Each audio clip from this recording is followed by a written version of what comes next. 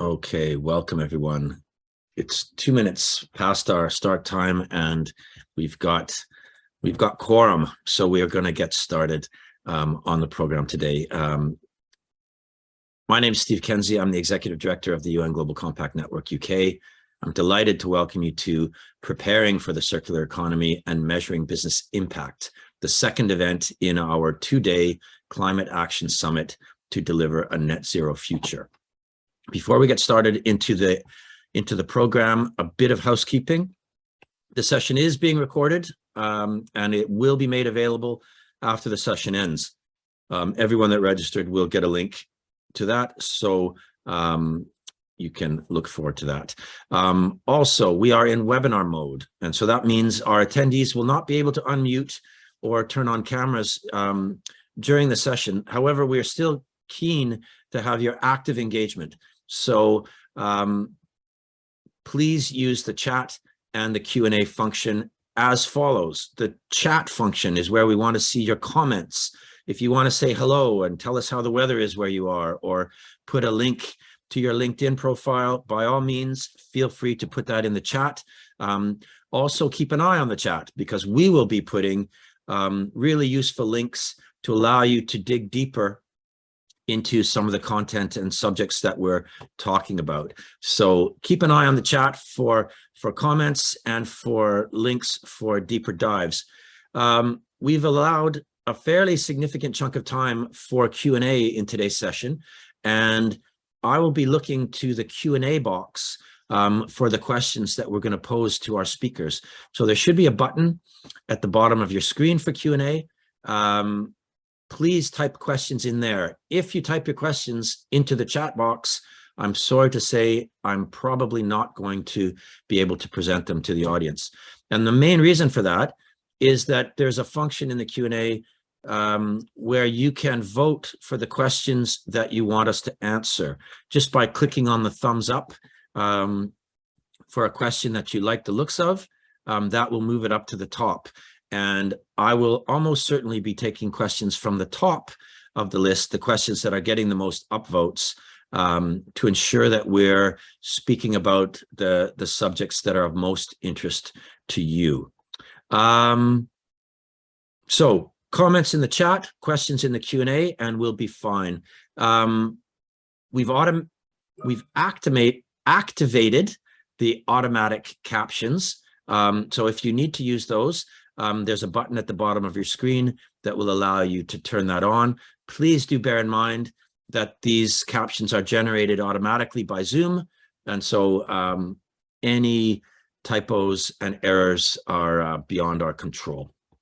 And finally, if you are using Twitter or LinkedIn, do please feel free to tag us, and we have a hashtag CA Summit 2022, and we'd certainly appreciate your help in promoting today's sessions.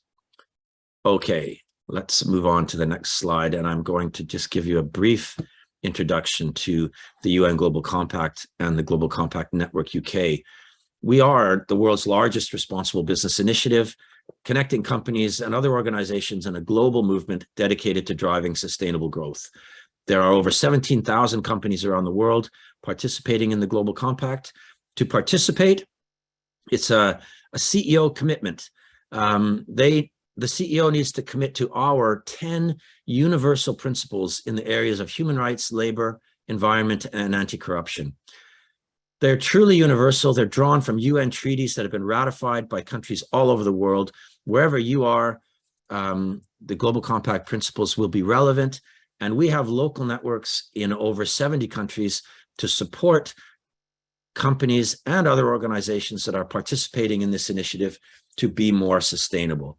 The commitment is to operationalize our 10 principles throughout your organization, to report annually on the progress you're making towards doing so, and to support the wider UN development agenda, which right now, of course, is best represented by the Sustainable Development Goals. Here at the UK network, we organize over 100 events a year. Like this one, many are open to the public, but we also do lots and lots that's just for our members. So if you're not already participating in the Global Compact, There are some links in the chat to more information, and we would love to speak with you about that. So do please get in touch. Okay, next slide, please. We have a fantastic group of speakers for you today, true experts in the subject. So all the rest of the day, we're going to be focusing on circular economy. And this first session, preparing for the circular economy and measuring business impact, we're excited to be joined by Jacco Verstraeten-Jochemsen, Wouter van Tol. Oh, sorry, I'm getting ahead of myself. Jacco is the business solutions lead for circle economy. And then Wouter van Tol is the head of sustainability, government, community affairs at DS Smith. And Suzanne Kuiper is the sustainability manager at KPMG Netherlands. I don't think I need to say anything more about them, because I'm going to let you guys say a little bit more about yourselves and your organizations once you have the microphone. And without any further ado, let's pass it on to Jacco, who's going to give us a bit of an overview on the principles of a circular economy, circular metrics, the circular metrics landscape, and whatever else he feels is important to get us started. Jacco, over to you. Thanks, Steve. First of all, very happy to be here. Seeing the huge number of people participating today, I'm really eager to also see some Q&A and really get some interaction. But I'll first start with preparing or presenting a little bit where we come from. Maybe first on myself. So as Steve said, I'm the lead business solutions at Circular Economy. Circular Economy is a non-profit organization. We work globally, and we well, the name says it, right? It's about accelerating the transition to a circular economy globally. You might know us from our gap reports that we do every year on a national and international level. But we also have half of the company more or less working with businesses, and that's where I come in and where I'll present today. If you can go to the next slide. First, a little bit of why we find it so topic. I knew I was going to be your first speaker today, so I think it's also nice to do a bit of a set the scene a little bit. If you look at the current, say, linear economy, 2 years ago, we reached the threshold of consuming 100 billion tons. It's almost unimaginable how much volume that is, 100 billion tons a year. And that has tripled in the last 50 years. So that's really a sign of of how our linear economy has been growing. Of course, with that is a lot of greenhouse gas emissions. You might always forget that, but these greenhouse gas emissions are part of those tons being exhumed from the earth, being burned or otherwise used, and then going into the air. So it's connected to how you use materials. 70% of emissions are connected to the industry on how we produce goods, how we produce materials, resources, how we use them.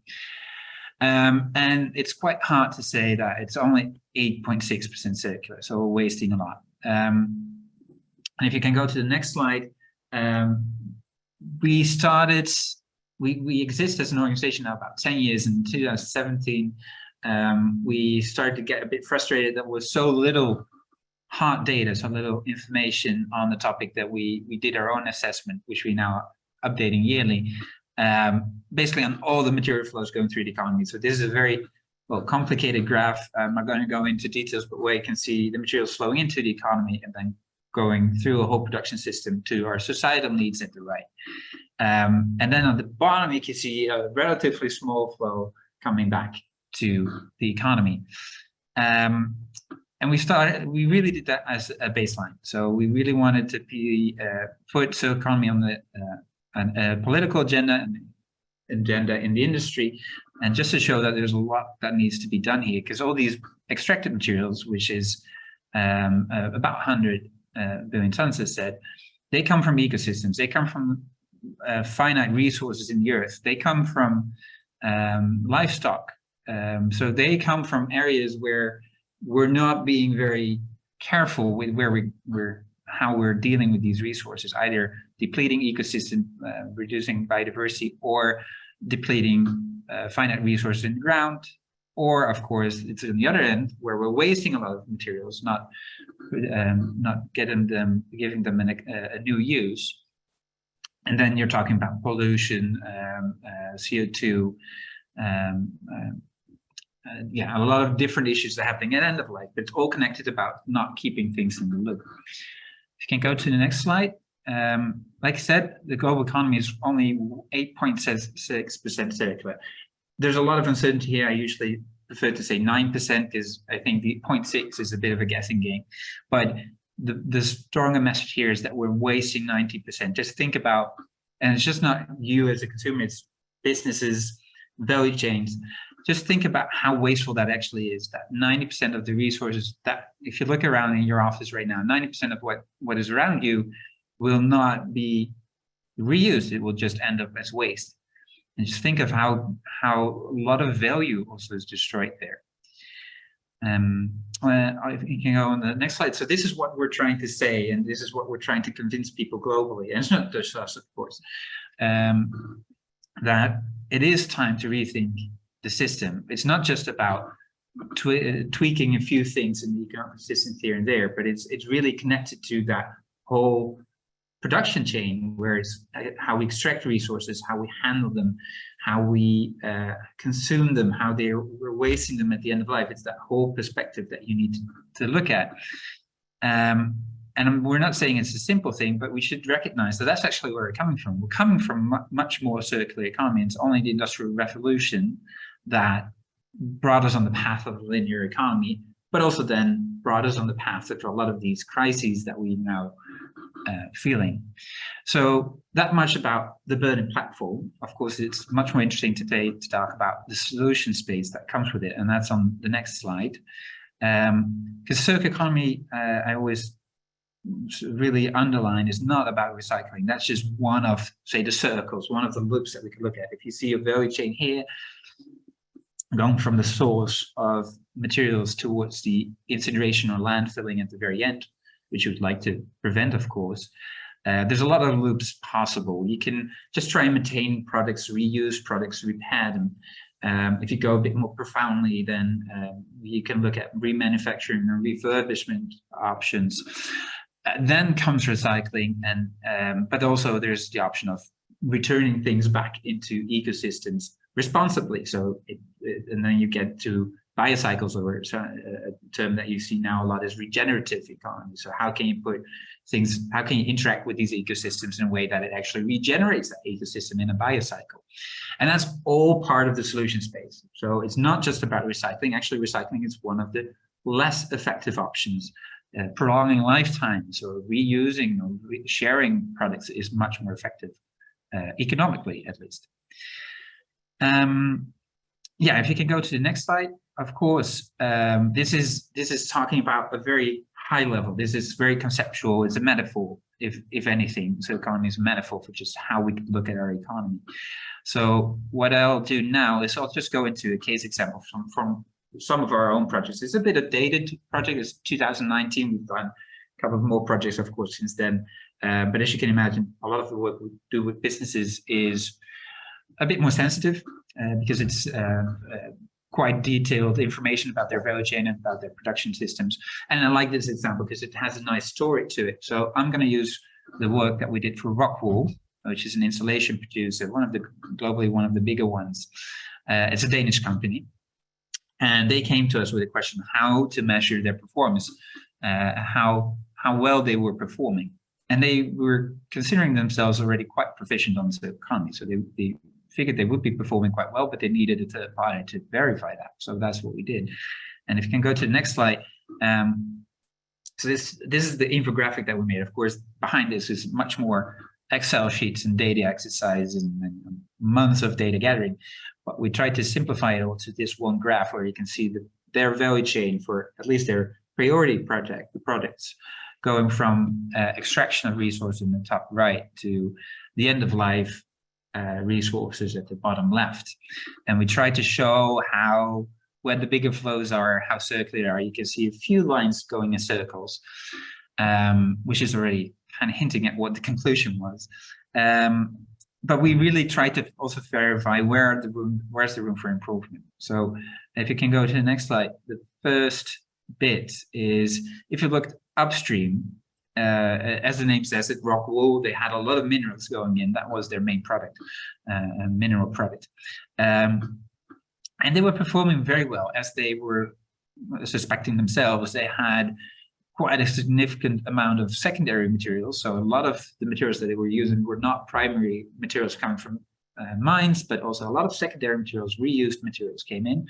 And they designed a product that by itself really came quite near to 100% recyclability. So technically, a lot of their resources could be used again.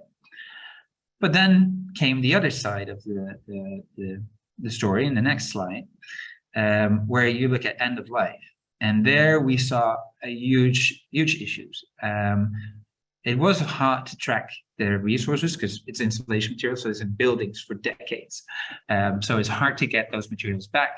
The way buildings are demolished rather than deconstructed also gives a very problematic flow back, which is very contaminated, and usually it's not economically viable to really separate the minerals that they could reuse. And a lot of it was ending up in very low value use, say as foundation materials to roads or things like that. So a lot of these materials actually didn't get a second life. So in the end, even though Rockwool was, you could say, doing their bit to a degree, their value chain was very uncertain. And that's one of the stories we usually say, well, it's not about how you perform, it's about how your value chain performs. And you, of course, have a big role usually to play in that, but it's not just you need to collaborate as well. And that is what Rockwool took for this. They have set up new value chains, but also developed products that made it now easier to reclaim them, develop the partnerships to actually do the reclamation. So they did really take this to heart and started working much more on the value chain perspective after this. If you can go to the next slide. This was just one example, of course, which really was about kind of validating where they are and what they could do next. But I know today's topic, or this webinar's topic at least, is about how to measure it. And we see a lot of different questions coming in when it comes to measurement. Sometimes just creating the awareness, getting a starting point. Rockwool was already on step 2 about tracking opportunities. Sometimes you really are already at the stage that you can start building business cases, how hard and really investment decisions. And something that we see coming up really strongly right now, at least on in Europe and the EU, is also how to monitor and report in sustainability reports and CSR reporting, how to monitor and report your performance, which would come a little bit later usually. So there's a lot of, whenever you are in this innovation journey, you could say there's metrics needed. And I'll really briefly touch upon that because I know we're running a bit out of time. But if you can go to the next slide, I just want to show that it's not just there's one metric or one framework even out there. You need to think of metrics in a wide variety of purposes. Either it's a headline metric, or what we would call a headline metric is what's the goal? Where do you want to go? Performance indicators that kind of translate that headline indicator to what each department or each business process or each partner in the value chain can go, whether it's the recycling rate that should go up or design that should be improved, or customers returning products that all kind of feeds into that headline indicator. And then there's process indicators that are not directly one-on-one influencing the flow, but there's more about where are you in the implementation of things. Did you already develop a strategy? Did everybody already commit to it? Did they set KPIs to it? Do we have monitoring in place? Like, you can also just try and see how far you are in implementation. And of course, where you are also to kind of influences what you should choose. And when we started measuring, at least at the start of the global economy in 2017, as shown at the start, we were about one of the first, not the first, I won't claim that, but we were one of the first really to start measuring. That was the whole reason why we did it. But we've been lucky enough to see a lot of new standards and new ways of measuring and metric frameworks coming up in, say, the last 3 years. So if you go to the next slide, what we try to do is kind of map what I would say are the most most interesting ones. Actually, I'm hoping to reiterate on this, because this is a picture that's about 1.5 years old, but already there's new changes and new additions I should do to this. But at that point, we kind of mapped, what is it, six, 7 different tools, frameworks, indicators out there, to see which one are most useful to use in which stage of your innovation journey. Are they focusing on the headline metrics or on the process indicators? I won't go into detail on those. I know Suzanne after me will go much more in depth on the CTI tool. You kind of see here in the middle, and that's a tool that we also, the CTI framework, I should say, actually. That's also a framework we have used a lot. So definitely, I can definitely warmly recommend that one option. But there's much more out there. And if you want to know more, read our publication on this, but there's our resources as well that you could use to educate yourself. I think with that, I'm coming close to the end of my presentation. Can you check if there's maybe one more slide, or was this? No, this was it. So this is a really quick introduction in the topic of economy, the principles, the cycles behind it, but also how to measure it. I'm really looking forward to diving deeper on the metrics side. Jacco, before you go, we've had a few questions come in already, and I'm going to leave most of them for everyone to comment on, but one I think we can knock off really quickly from Diane, and it goes back to almost your first slide. For the 8.6%, is that just reuse, or is recycling in the 91% waste figure? Yeah. Where did you draw the line? So maybe it's good to really explain very clearly what the 8.6% is, because it's not a recycling rate, for instance. A lot of people assume that, but it's not. So we took the assumption that the circular economy, and some people would debate this, but that's at least what we did, that the circular economy is about minimizing the interaction with ecosystems and finite resources. So we really looked at how much of the needs of our economy, how much materials going into the economy can be considered circular. So it's an input metric. And of the 100 billion, well, nowadays it's of course more than 100 billion tons of materials that we use. How much of those materials can we consider being circular? Either being reused, recycled, or of course regenerative, or at least bio-based. And at this point, that is 8.6. So that means that the 90% of the materials that we use every year are coming either out of mines, or are coming from ecosystems in a way that we at least can't check if it's responsible. So, and most of the times it's not. But so it's also about bio-based materials, regenerative materials, without actually any guarantee that it's been responsibly sourced from an ecosystem. Thanks, Jacco. That's very helpful, I think, and a good basis for us to continue our conversations with. So thanks for all the questions coming in. Most welcome. If we continue at this rate, we're probably not going to have time to answer them all. So that just makes it ever more important for our audience to keep an eye on that Q&A box and give a thumbs up to the questions that you want us to prioritize. But do please keep the questions coming.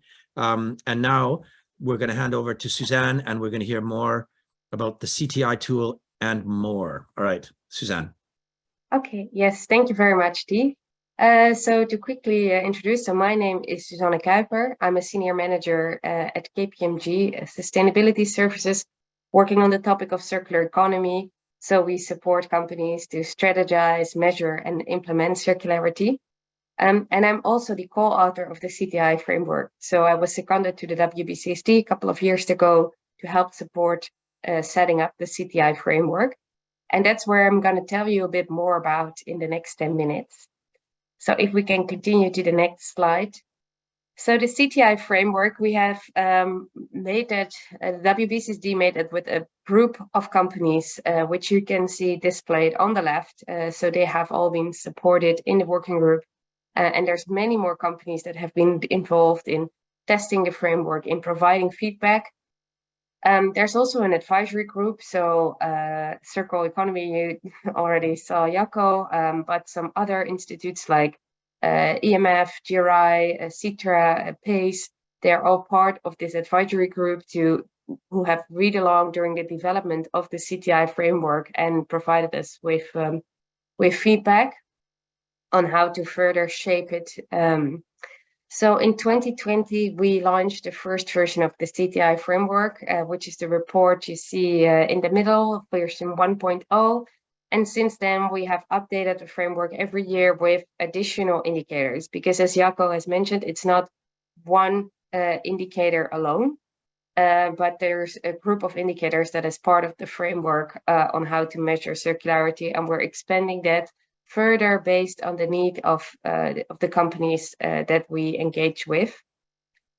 So if we look at the uptake, so we had more than 25,000 unique downloads of the report. And as also mentioned before, there is an online tool which support the framework, and we have over 1,800 organizations working or downloaded that tool in more than 95 countries globally. So that's a bit about the uptake. Then I will dive a bit further into what the CTI framework entails. So if we can continue to, yes, this slide. So let's start with the headline indicator, because as Jacco mentioned, right, there's a headline indicator. So this is sort of the core of the CTI framework, which is called the percentage material circularity. And I will, in the next slide, where I will go later to, I will explain a bit like what are the other indicators, but I first want to introduce you, okay, what is this headline indicator and what do we focus on when measuring circularity? Well, we look at from a company perspective, right? But you can also zoom in the boundaries of a company towards a product or a specific site or a business group. So it doesn't need to mean that we only measure on company level, but we do it from the perspective of what a company could do to improve the circularity of its business, of its departments, of its sites, of its products. So, and that's for the scope. And there we look at three different elements. So the percentage material circularity is the average weight between the percentage circular inflow and percentage circular outflow. And this is focused on the weight-based material flow indicator. So what do we consider circular inflow? Well, it's circular when it's either non-virgin. So depending where you are in the value chain, we could talk about recycled materials, refurbished parts, second-hand products, right? So everything that flows into the company or into a product or into a site, and look at it and see, okay, what part of it is non-virgin on the one hand, or if it's renewable. And renewable means that it's bio-based and sustainably grown. So that's very important. I think Jacco also aligned that already in the previous discussion. That means that any bio resources are coming from non-controversial origin, right? And that they take into consideration regrow and replenishment. So that's on the inflow side. Then on the other hand, we have the outflow. And there we split it in two different elements. So it's a bit less straightforward, but the reason why we split it in two different elements is because it will have two different points of action. So for the outflow, we first of all look at the recovery potential, which is a more theoretical question. Like, is it technically feasible and economically viable to recover the outflow? So it looks at the recyclability, the reusability, the repairability of a product, or if it's more for the bio side products, look whether it's biodegradable and if it can go safely without harm back into the biosphere. So this is the reason why we split it. This is really a design aspect. So depending if you're a company that is manufacturing products, there would be a huge impact from how you design your products. Or if you are a company procuring products, here you need to think of what are the procurement criteria that you say to your suppliers, what are you going to discuss on these aspects of the design. And on the other end, we have the actual recovery. So that's looking in how much of it is actually being collected. And this can be done through both open loop and closed loop systems. So with closed loop systems, what do I mean? For example, those circular business models, right? Like a product as a service or a buyback scheme. In this case, you will have very specific data probably as being a company, because you will remain ownership, or you will be able to buy it back and will have insights in how much is being collected. The other part could be the open loop system, right? And there you would look more for generic data. So to which markets, to which regions do you sell your products, and what is the average collection rate of those type of products in those countries? And the reason why we split that is because recovery, like the inflow, you really need to look, okay, what do I buy and where do I make my products from? The recovery potential is how do I design it? Design for disassembly, design for biodegradability, and the actual recovery is like, how do I put my products in the market? What initiatives could I take to get them back or have better collection through the open loop infrastructure that is there, or by setting up closed business models. So this is the headline indicator. And if we then move on to the next slide, in addition to this closed loop percentage material circularity, there's two other indicators in the closed loop module. The other one is on water and on energy. Because of course, ultimately, a circular economy runs on renewable energy, and in a circular economy, the water loop is closed. But these two elements behave different from material flow streams, right? Because if you look at the water loop at a global perspective, it's closed, but there's some more local elements like local scarcity, quality issues. And for renewable energy also, we have the change of energy towards emissions. So these are separate indicators in the closed loop module. And also to make sure that we are complementary, right? Because we really aimed to be complementary with the CTI framework, to have additional indicators to measure and steer circularity, and not to replace any of the other environmental indicators. So if a company is already measuring water and energy, then the focus should be on the addition of the material flow indicator. In addition to this closed loop, there's 3 optional modules. The first one is called the optimized loop module, and there we have some indicators which looks at some different aspects. So one of it is critical materials. So critical materials are materials defined as being economically important and that face a supply risk. So one could think of some of the rare earth materials, rare earth minerals, and that have very specific economic functions and could be scarce in the relatively near future. The reason why we highlight those is because there might be a very good, it's a weight-based indicator, the CTI. So it would drive you towards moving the heaviest or the biggest flows first. And those critical materials are often not the largest flows, but they could have a very significant business case to close the loop on because of this economic importance, because of their high, they're hard to replace.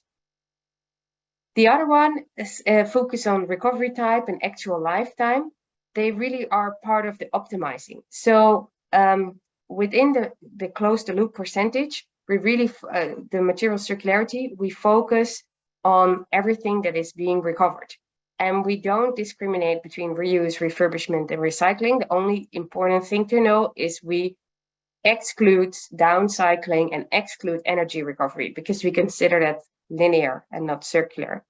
But the reason why we do that is because we say, okay, each of these 3 strategies needs to take place at some point in time, at some point in the value chain. And this is a framework that is cross value chain, cross industry. So it should be industry agnostic, value chain position agnostic, and something cannot be reused forever, right? So it should also be recyclable and refurbishable and everything that's in between. But within the recovery type indicator, we aim to drive towards the highest value retraining strategies, right? So move more towards reuse over recycling, because as a rule of thumb, that's where the highest value is retained. The closer to the end user, the more value that is added and the more value that can be retained. And we also look there at actual lifetime. So extending the lifetime of the products that are being made to ensure reuse and refurbishment over recycling, and making sure that this lifetime extension strategies are also taken into consideration. The value the loop module combines financial information with circular economy information. So here we have two indicators. One is the circular material productivity, which looks at decoupling. So decoupling revenue growth from linear material usage. So can we sustain this economic growth while moving away from virgin material mining, from non-renewable materials? So this is where the connection with the financial indicators comes in. And we also have the CTI revenue indicator, which is a portfolio steering indicator. So really looking, okay, how can we drive revenue from more circular products? And by prioritizing those products, by increasing the circularity of those products that we sell most, and also by selling more of the most circular products. So this is more of a portfolio steering indicator.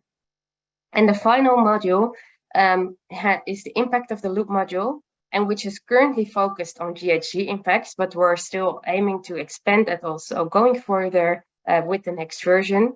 So in this module, we make the connection of, okay, what is the impact from moving from linear towards circular? And in this case, particularly then on the greenhouse gas emissions. So it's not aimed to replace any greenhouse gas calculations that are being done, but really specifically focus on the effect of this change from linear to circular on your greenhouse gas emissions.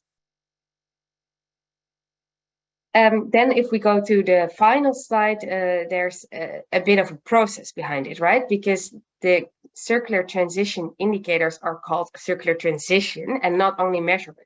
So we really have this continuous improvement cycle that is part of the process of applying CTI. So the first step of conducting a CTI assessment is to determine the scope. Like I said, you can apply it on your company level, but you can also zoom it in on a specific product or specific business group or a site level or a company segment. So determine the scope as long as you mirror the inflow with the outflow and are complete on the flows that are in there. The second step is selecting the indicators. So I just took you through very quickly through all the indicators that are there. And so we always recommend to do the percentage material circularity, but and probably add some of the optional indicators depending on what is your situation as a company and what is relevant to you. The third step is collecting the data, and the fourth step is making the calculation. And the calculation is in very much detailed described within the CTI report, and also there's, like I mentioned, an online tool which you can use to do this calculation. So after step 4, you will have your percentage circularity or your outcomes on one of the other indicators. But then we still have quite some attention within the report on describing like how step 5, 6, and 7 work. Because we really want to take it a step further from not only having the outcome, but then also really supporting and making the transition. So these 3 last steps are really about contextualizing the results. The analyze phase looks into, okay, what do the results mean? Where can you improve? And then in the prioritize phase, we really zoom out and look at, okay, what are the risks and opportunities that a company is facing? And how should you prioritize the different improvements based on different scenarios that you could work with to move towards more circularity? So there's quite a detailed description also in terms of threat and vulnerability to look, okay, how can you prioritize and make a business case to become more circular, which then eventually leads to an action plan in the apply phase, where you could make specific targets and also determine when to enter this measurement cycle again, because depending on for what time frame you would state your targets, you want to start monitoring on how you improve your performance. So that's in very short, the CTI framework. I rushed through it. Happy to answer any further questions afterwards. I think there's already in the chat being shared a lot of links to the reports, to case studies. There's a lot of material out there, so do not hesitate to let me know if you need more information. Thank you, Suzanne. That was fantastic. It's a tremendously useful tool. So that's really great. Now, I have one quick question before handing over to Wouter. I was struck by the map you shared right at the beginning, and the absence of any color on North America. Do we have a case where the CTI is sort of rest of the world and they're using something else, or What's So the I think story there? in North America there would definitely be colors, right? So Well, because one of the examples, I think that's a nice one. I can share the link as well in the chat. So one company that even reported on their results of their CTI assessment is Microsoft. They published in their sustainability devices report, which is of course based in North America. Okay, fabulous. I'm a little bit colorblind, so maybe just not a tone that works for me. Okay, thank you very much, Suzanne. And now let's hear from Wouter.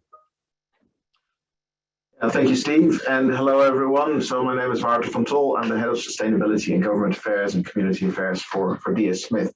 And let's go straight to the next slide, because I have 10 minutes to tell you a little bit about how we do circular economy in DS Smith.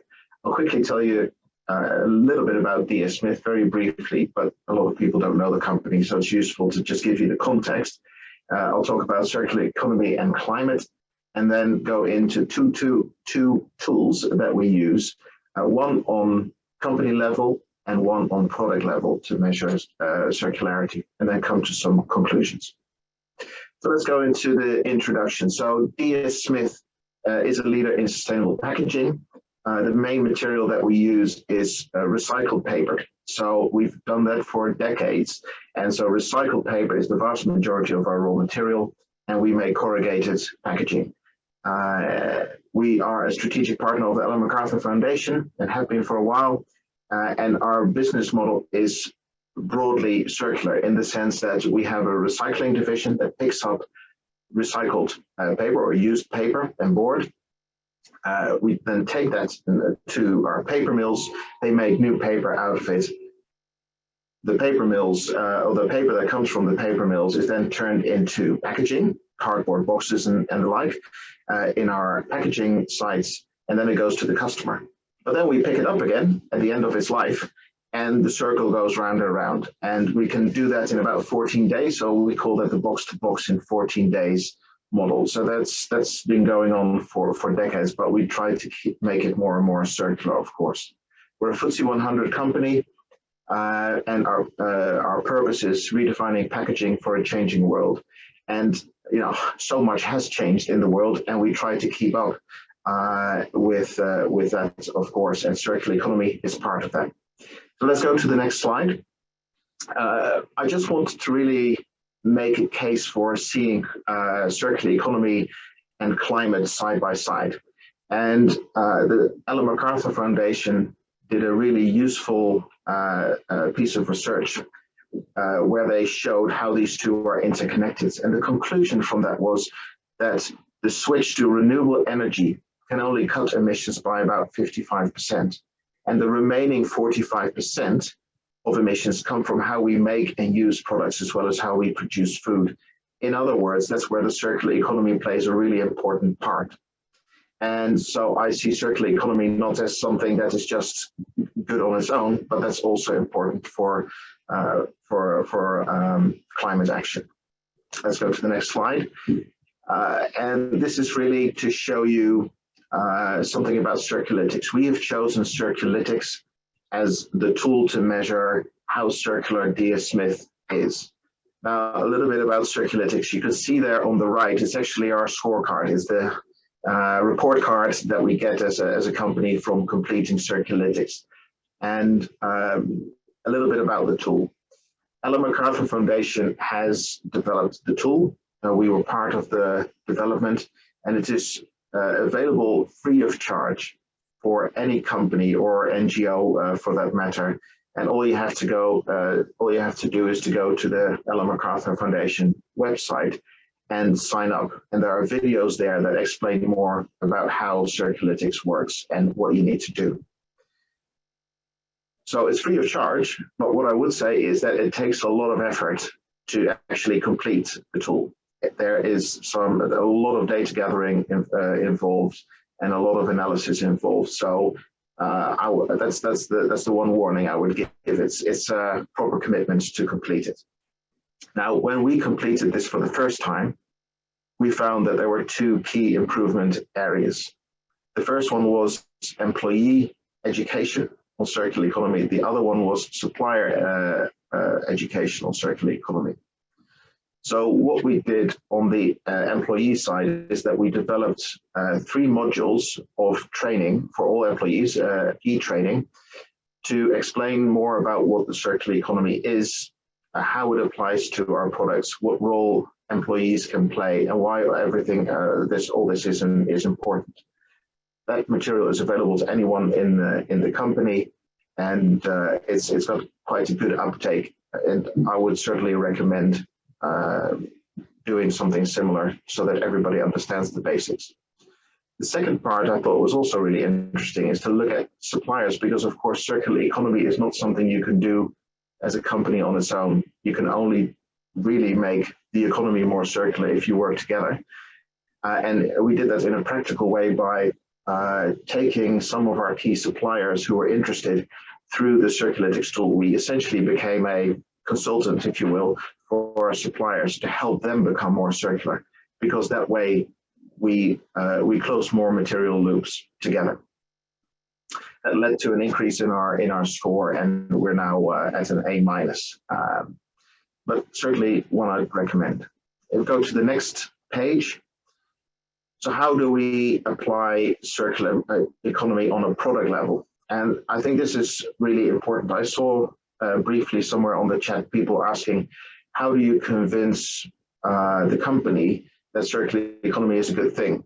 And I would actually go further than that and say, how can you convince customers that this is a good thing? And a tool like this is really useful because it has 8 indicators. We developed this ourselves. It's a DS Smith tool.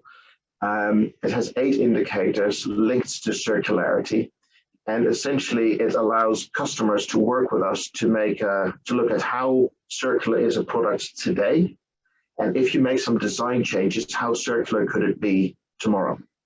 And so it allows you to adapt to what the customer's targets are, because every customer is different. They all have different priorities, and so by using this tool, you're flexible to deliver on what is important to your customer, and you can make concrete changes in the product design accordingly. Now, we developed this together with the Ellen MacArthur Foundation, and really importantly, we have about 700 designers, product designers in the company, and all 700 have been trained, and essentially all our designs now go through this, are created with the help of this tool. We did about 2,000 projects in the first year alone. So one of the things that came out of this is that it accelerated our plastic replacement work. So a lot of our customers want to use less plastic because plastic isn't widely recycled in practice, whereas paper and board are. And we've now replaced more than 300 million pieces of plastic since 2020. And the other thing is it accelerated our work on making all our products, all our packaging recyclable or reusable. Now, that was a big effort, but we've reached that a bit ahead of target. And by achieving it ahead of target, we hope that we can help our customers also reach that target, because many customers have the target of being 100% reusable, recyclable, or compostable. So that was a quick whistle-stop tour. So one product that we use on company level, one on product level. So in conclusion, I would say that circular economy is quite an abstract concept, and making it concrete requires measurement. We all know that what gets measured gets managed. And so for me, it's really key that we take that step to measure. On a company level, I have no hesitation to recommend the Circulytics tool. It's a free tool, so that's a good thing, but it does require a lot of data gathering. On product level, I can't recommend that you use the DS Smith tool because that is owned by us. But the principle that I would recommend is to develop ways to allow your customer, if you're a company, to quickly choose, and it has to be quick and easy, to quickly choose how best to achieve their targets. And you can really show that one measurable success leads to the next, because if a customer has gone through this process and can see that they are starting to hit their sustainability targets or their circularity targets. By using that tool, they would like to do more. And the same goes on a company level. Once you see that you're becoming more circular as a company, it offers encouragement for further work and further improvements. So I will stop there and yeah, look forward to the Q&A. Thank you. Thank you, Wouter. That was fantastic. You packed a lot in to those 10 minutes. A quick question on Circulytics before we go to the other group, but before that even, we've got a lot of questions in the Q&A for which we are extremely grateful. Happy to have more come in, but I just want to remind you, our audience, to please go into the Q&A box, have a look, click on a thumbs up if there's a question that you're really keen on us to answer, just so that we can focus our limited time on the questions that are of most interest to yourselves. So please do take a look at that. Wouter, I just want to ask about, it's extraordinary that Circulytics is a free tool. That's the great work that Ellen MacArthur Foundation is doing. Now, to be a bit cheeky, is that where it ends, or is it so well designed and self-contained that you can take it from there, or is there additional support needed in order to implement the tool? I mean, you're such a big company. I could see it being maybe different for a smaller organization. Well, you might be surprised to know that there was only one person who really completed the tool, and he had to find out everything for himself. What I would say is it is highly involved, and you need to really get a lot of data together to get the best possible output. Quality of the input equals the quality of the output. So the more effort you put in, the better the results you get out of the tool. It is free. There's no consultancy sort of catch at the end of it. It requires quite a lot of effort. That's why we helped our suppliers to complete it. So the person who was responsible for Circulytics in DS Smith helped suppliers to complete theirs. And I think if we all did something similar, so that we help people in our value chain to understand Circulytics better, then gradually we would in a low cost way would all benefit.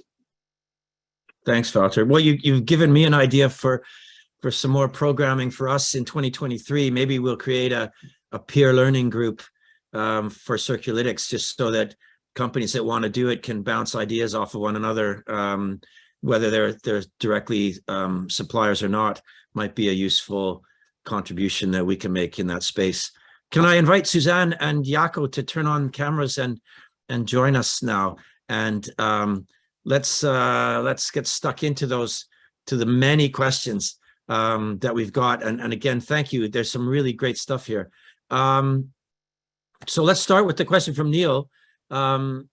Wouter, you touched on this, but maybe we can go a little further, because I can't help but thinking your circularity must feature in your conversations with prospective clients as being something that is a bonus for the company. Neil's question: what is the key message to a company to persuade them that the circular economy will benefit their business in practical terms? And then to follow on, what initial high-level metrics can we use? So maybe, Wouter, we'll keep you going on that, and then maybe Jacco, and then Suzanne.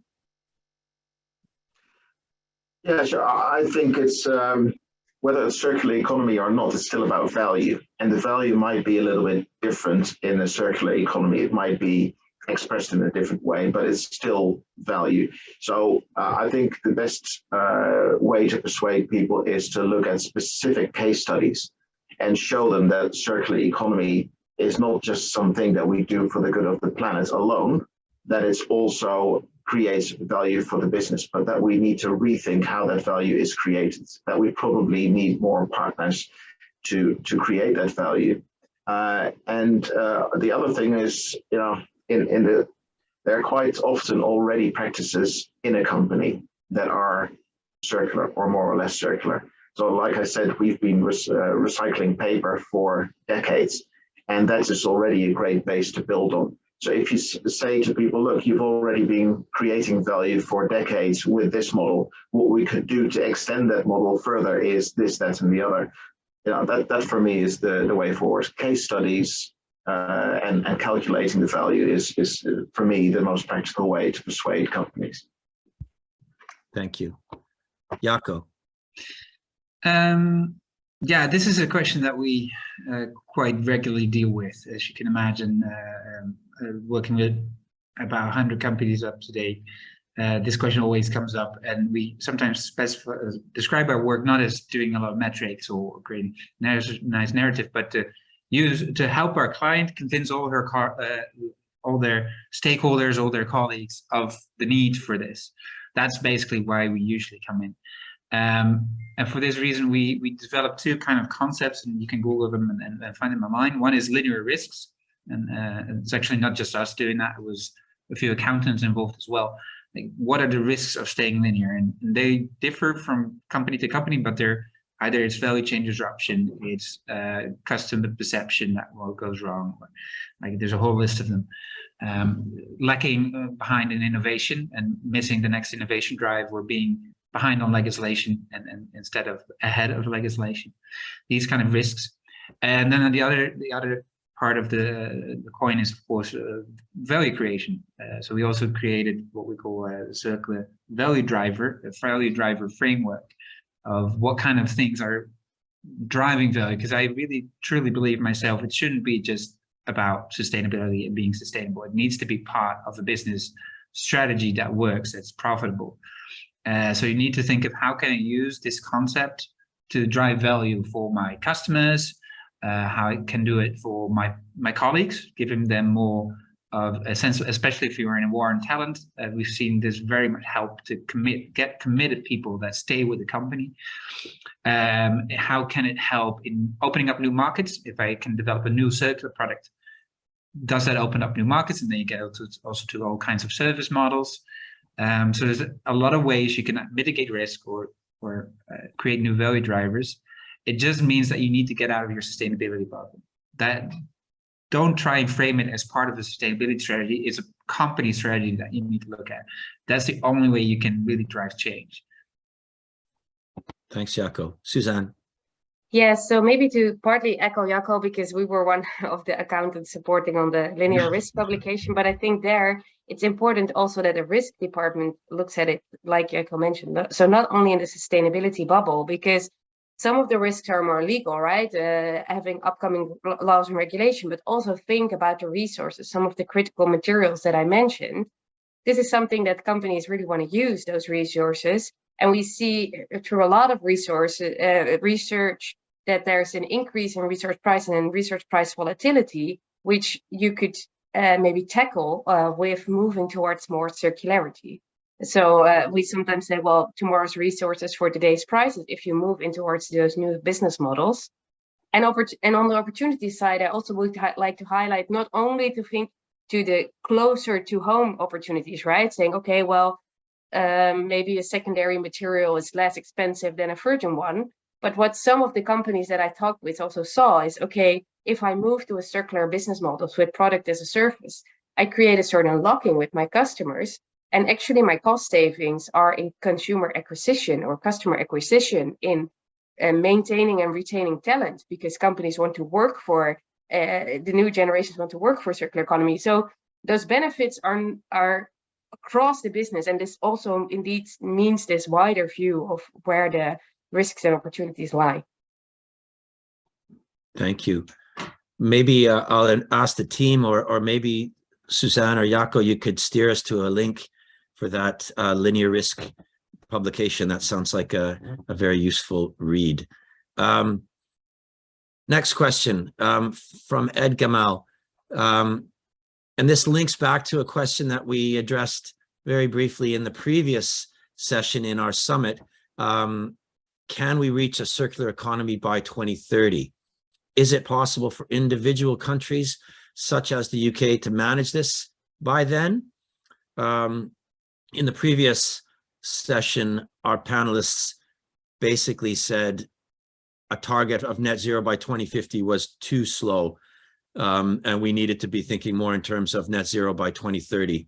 So I suppose we're linking back. If we achieve net zero by 2030, is that automatically going to mean that we must be circular, or what? So maybe Jacco, you're shaking your head most vehemently. So let's go with you first. Sorry for that. I wasn't trying to jump the line, but no, that is definitely not the case. For two reasons. I think circular economy is an answer to not just climate change. It connects to a lot of different things on how we, where we get our resources and where they end up.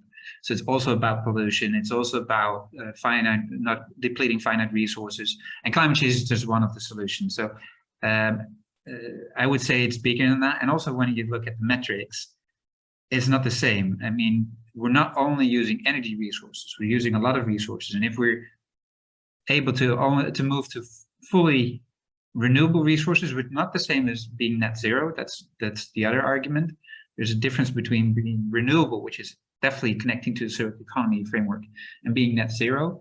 But if we would move to completely renewable energy resources, we could still be depleting other resources, bio-based resources, fish, agriculture, you name it. So then we still have other problems to solve as well.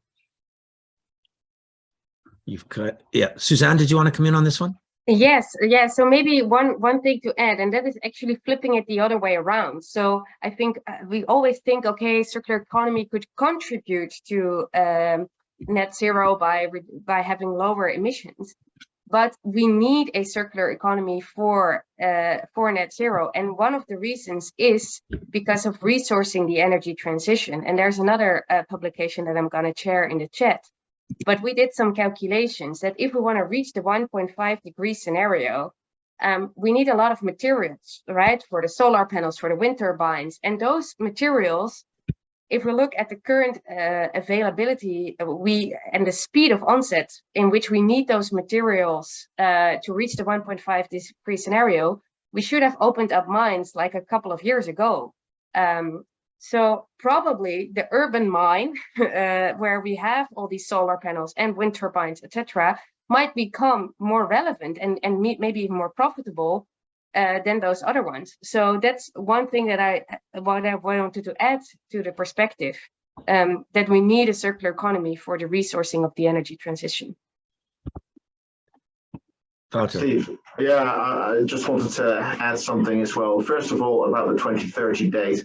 I think that would be ambitious to the extreme. Also, the more circular you become, the harder it becomes to become even more circular. So it is the law of diminishing returns. So I don't think 2030 is achievable to be 100% circular. And I don't think that would, we just need to get more and more circular. The other thing I would say is be careful, because you can create circular economy solutions that are higher carbon than the system that was there before. And that's something that people might not realize, but it's perfectly possible to have high carbon circular solutions. So what I'm going to respectfully disagree with what Jacco said right at the beginning of his presentation, that you should look at circularity as the main thing to look at is whether it interacts with natural systems. I don't think that is it. I think what is best for the environment as an outcome, that is what we should be looking at. And so I would like to prevent circular solutions that are worse for the environment than what it replaces. People quite often look at recycling and reuse and reduce. Somebody else asked a question about reduce, by the way. And there's sometimes a bit of a dogmatic approach, especially from policymakers, that reduce must always be better than recycle, for example. It's not true. Do the calculations and see for a particular product in a particular value chain, which is better for the environment in real life. That's the one we should choose. And we should not just do things on principle. It's about the environment in the end that we're interested in. The other thing I just wanted to, I think it was Michelle, I can't remember exactly who asked the question about should reduce be included. I think absolutely yes, because it's a bit like energy. What's the best energy is not renewable energy. The best energy is no energy at all. And that's the best outcome for the environment. And it's also the cheapest, by the way. So that is my plea is for a less dogmatic approach and more looking at what's right for the environment on a full life cycle basis. Tricky, isn't it? So it sounds we could be circular without being net zero, and we could be net zero without being circular. So we need to find optimum solutions where the circularity is preventing us from exceeding thresholds across a range of indicators, materials, as well as carbon, but always bearing in mind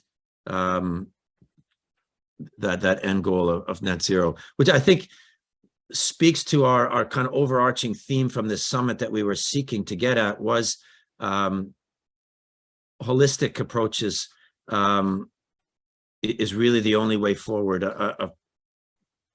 Solely focusing on carbon is going to lead to problems, but we need to keep carbon clearly in the center of our attention. Okay, I am interested in coming back to the reduce question, and maybe let's see if we have time. But now I think we have a quick one here from Michelle. Any independent certification system to measure product circularity? Jacco, I'm gonna trust you have the big picture on this, and where do we go for that more formal certification? Well, the first one, I don't think there's a lot of certification out there to start with. I think that we do see a lot of measurement frameworks now, also monitoring and reporting legislation and standards coming up. Certification, not so much. The one that immediately springs to mind is Cradle to Cradle. The Cradle to Cradle certification is actually older than the whole circular economy debate itself.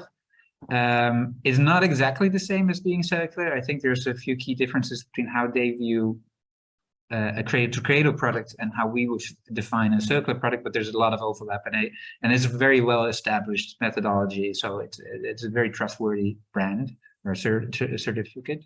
I've seen smaller initiatives come up, but nothing that really came to the forefront as being a really viable large-scale option just yet. Maybe I'm overlooking an initiative that I'm maybe not so much aware of. Suzanne and Wouter, do you know of any that I forget to mention here?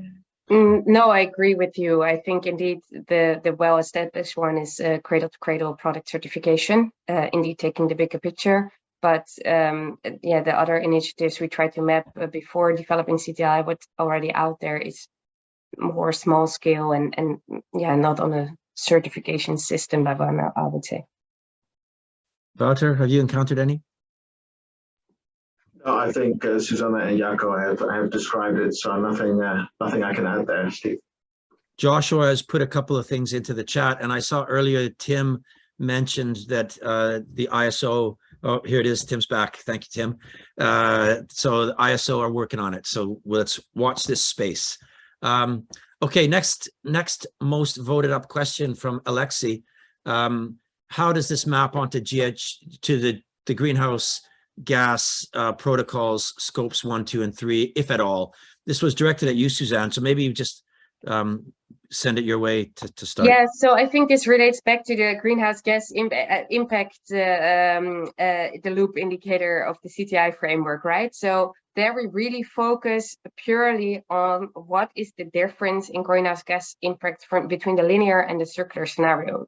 Because like I mentioned, we aim to be complementary, but there we saw a need because companies said, okay, I want to actually a bit of the discussion that Wouter started, right? Like, okay, if I move from linear to circular, does it then also help with the carbon footprint, or actually am I going to perform worse, right? So having this combination of information, but that doesn't aim to replace the greenhouse gas protocol, and doesn't also go into like scope 1, 2, and 3 emissions on a company level, because it really focuses the difference in carbon footprint between like linear flows and circular flows in that sense.